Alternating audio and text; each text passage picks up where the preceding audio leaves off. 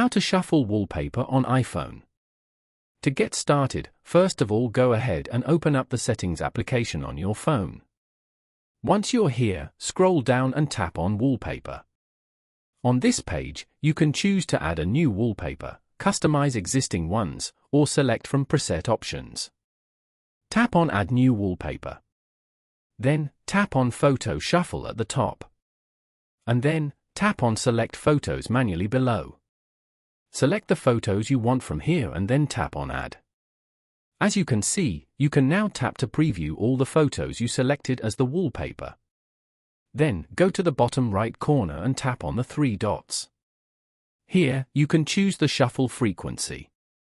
For example, on tap. Once you're done, tap on Add.